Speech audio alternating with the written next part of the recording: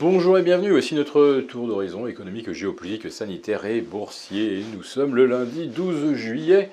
Pour comprendre comment tourne la planète finance, c'est sur la bourse au quotidien et nulle part ailleurs. Et l'épisode du jour s'intitulera « Les actions étaient dans la stratosphère, elles sont rejointes par les milliardaires ».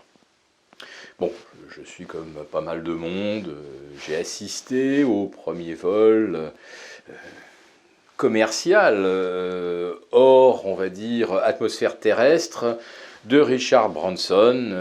Oui, donc magnifique exploit technologique. Alors quand je parle de la stratosphère, je ne suis pas sûr que 90 km d'altitude, ça soit vraiment la stratosphère. Mais bon, c'était pour l'image. Et effectivement, Richard Branson est le premier milliardaire à se retrouver en apesanteur. Jeff Bezos devrait lui succéder d'ici une dizaine de jours. Les actions, quant à elles, sont bien dans la stratosphère, et à plus forte raison après le triple record absolu des indices US vendredi, avec un S&P qui se rapproche presque inexorablement des 4500 points. Le Nasdaq est maintenant tout proche des 15 000, allez, à un peu plus d'1% près. Nasdaq qui affiche donc 5000 points de mieux que lors de son précédent zénith du 20 février 2020, mais surtout plus 10 000 points depuis début juillet 2016. Oui, il y a 5 ans, presque jour pour jour, le S&P venait de tutoyer les 4000 points. Enfin les 4900 points. Donc il vient d'en prendre 10 000 en l'espace de 5 ans, dont la moitié de ces 10 000 au cours des 16 derniers mois.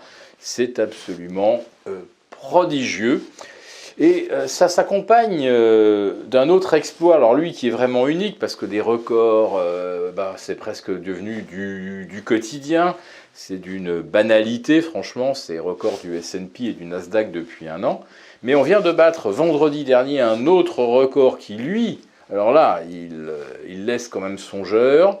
Pour la première fois de l'histoire du capitalisme, oui, la première fois, des émissions obligataires de basse qualité, high yield, voire junk, allez, vous mélangez les deux, eh bien, avec les obligations qui théoriquement doivent vous offrir le maximum de rémunération, vous ne parvenez même plus à compenser l'inflation. Le rendement moyen d'un portefeuille high yield junk, c'est maintenant 380 points de base. Et l'inflation réelle est un petit peu au-delà maintenant des 500 points de base. Alors officiellement, oui, là, je sais, l'inflation est à 3,8%. Donc on va dire que là, c'est compensé.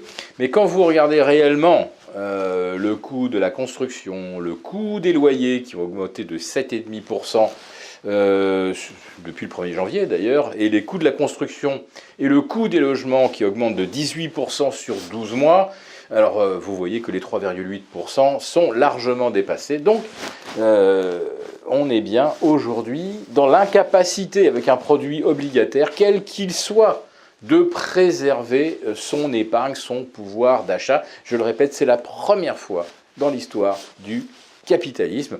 Et puis c'est vrai que quand on achetait des junk bonds, des émissions aussi risquées, il y avait souvent une très bonne raison. C'est-à-dire qu'on battait l'inflation, mais souvent on ne la battait pas longtemps. Parce que d'un seul coup, on se retrouvait avec des défauts, des restructurations de dettes, des conversions de dettes en capital, un petit peu à la CGG, à la Valourec, voilà.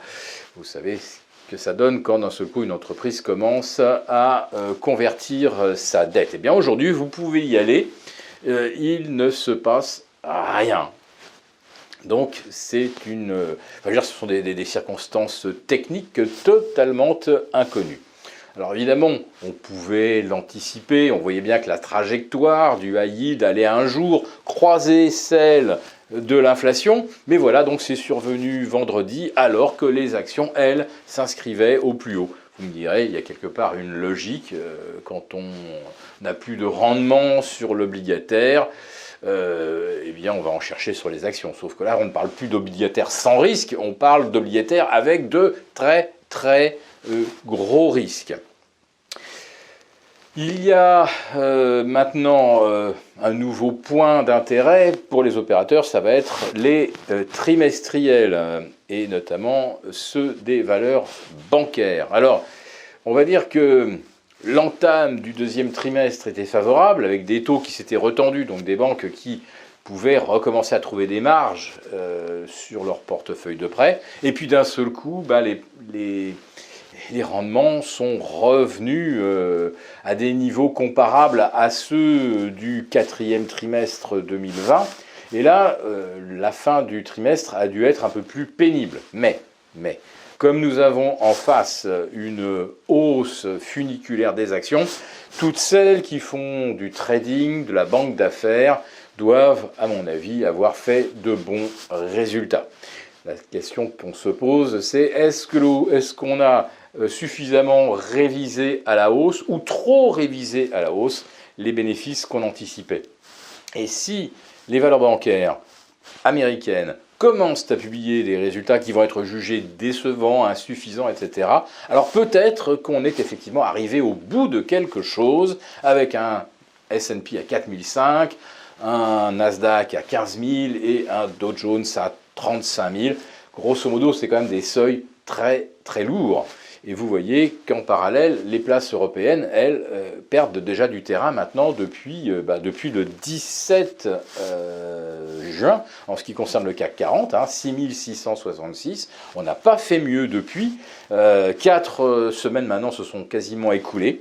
Et ni le CAC, ni l'Eurostoxx ne parviennent à redresser leur trajectoire.